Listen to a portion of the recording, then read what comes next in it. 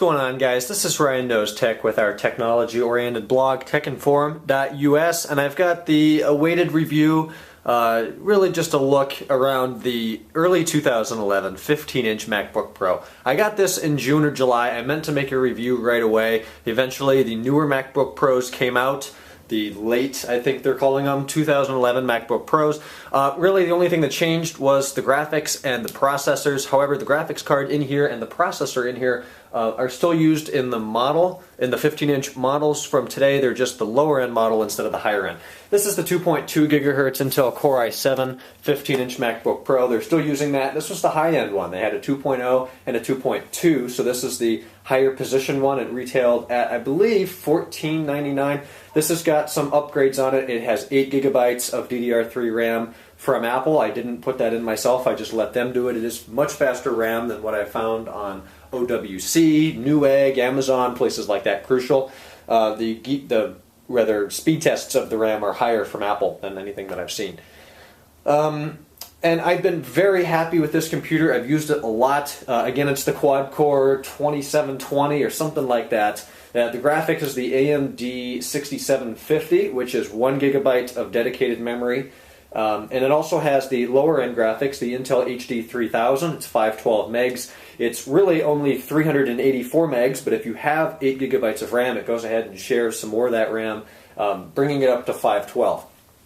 So we're just going to take a real quick look around. I'm going to make another video going over the screen resolution in comparison. That's another thing I should mention. This has the upgraded resolution display to 1680 by 1050. The standard resolution is 1440 by 900, so this is quite a nice upgrade there in terms of resolution. It was $100 from Apple. It is not the anti-glare display, it's the glossy display. I really like the glossy over the anti-glare because it has the black bezel.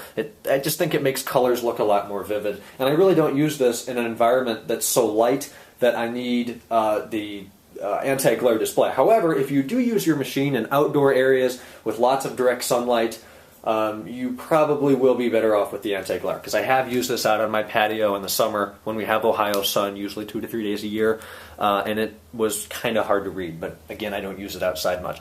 But you'll see with the 15-inch, we've got the speakers on the sides. Most of you watching this video probably know a lot about the 15-inch. It's been around a long time. It's got the backlit keyboard, which is really nice, controlled here.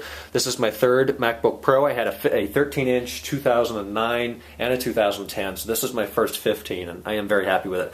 I made an entire separate video talking about the 13-inch versus the 15-inch in terms of portability, form factor, performance, price. So check out my channel for that. I actually had my old 13-inch right here on this table, and that video has been up on the channel for quite some time now. Here's a real quick comparison of the 13-inch obviously on top with the 15-inch below it. It's really just going to be size and weight. Thickness is absolutely the same on both models. So we'll just take a look around the sides. On the left side, you're not going to be surprised to see the MagSafe adapter. It's the same MagSafe that they've used for a couple years now. It's not the one that sticks out that's white. It kind of goes out to the side or the back. Over here, this is an Ethernet cord. Never used it. Ethernet port, rather. FireWire 800, use this all the time. It's very quick. This is your mini display port or Thunderbolt, meaning that you can plug in an adapter to go to VGA, DVI, or HDMI and use a display, or use a Thunderbolt hard drive like the Lacy Little Big Drive. They're pretty expensive, but they're very fast right now. 2 USB 2.0 ports. I could definitely enjoy a third on there, but 2 is all we get. SD card reader, audio in and audio out. And the last thing over here is the battery indicator light. It's an LED green, if you can even see them on the camera, but it tells you how much power you've got. The black is where you're going, or the back is where you're going to see your hinge. On the right side is the optical SuperDrive bay, which I don't actually have one in here. I took it out and put in a data doubler from OWC. I have a 500 gigabyte 7200 RPM Apple hard drive in there. In the regular hard drive bay, I have a 120 gig SSD, the 6G Mercury Extreme Pro from OWC. It writes and reads around 500 megs per second, so that's very fast. And there is your Kensington lock. On the front, just an indicator light, IR sensor, or infrared, and your latch to open it up. And the bottom is just big piece of aluminum. I'd like to take a minute just to say real quick, the build quality of this is just phenomenal. The aluminum unibody feels so good. It's really, really tough and rigid and freezing cold when it's out here in my sunroom in Ohio in December. But the build quality of these is just phenomenal. You can really feel the quality. Opening the display, there's no give in it. It's just really well engineered, and you're paying for a very high quality product, and there's no doubt that you're not getting one. I will log in. I've had so many videos about this machine on my channel. You can see the screen resolution in its entirety. I'm not even typing in the box. The battery, they say it's good for 7 hours. If you use the integrated card, you can actually get an application that will allow you to switch between graphics cards. Right now it's on the integrated card.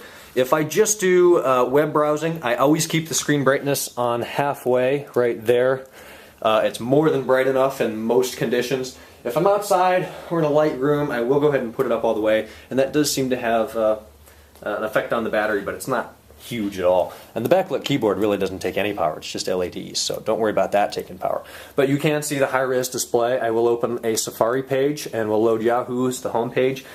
You can see how well that fits. If we drag that over there, we open a new window, drag it over here. You can really view 99% of each web page if you put them side by side like that. So I went for the higher resolution display because I do a lot of video editing, and it would always be nice to have room on the screen to be able to see more of what I'm working with. However, the baseline 15-inch MacBook Pro and its lower resolution is definitely better than the 13 and is really okay, but for $100, I love the resolution. No surprise, up here you're going to find your eyesight camera. On this model, it is 720p high definition over the old ones, which I think were 480p. So it's a nice upgrade there. The speakers are pretty good. I'll go ahead and launch iTunes. We'll play something real quick.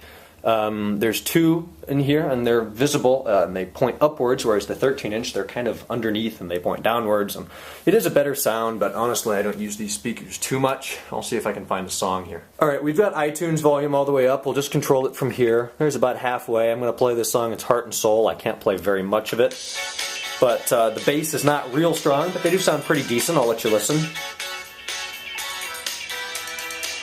Turn them up all the way, see how loud it is.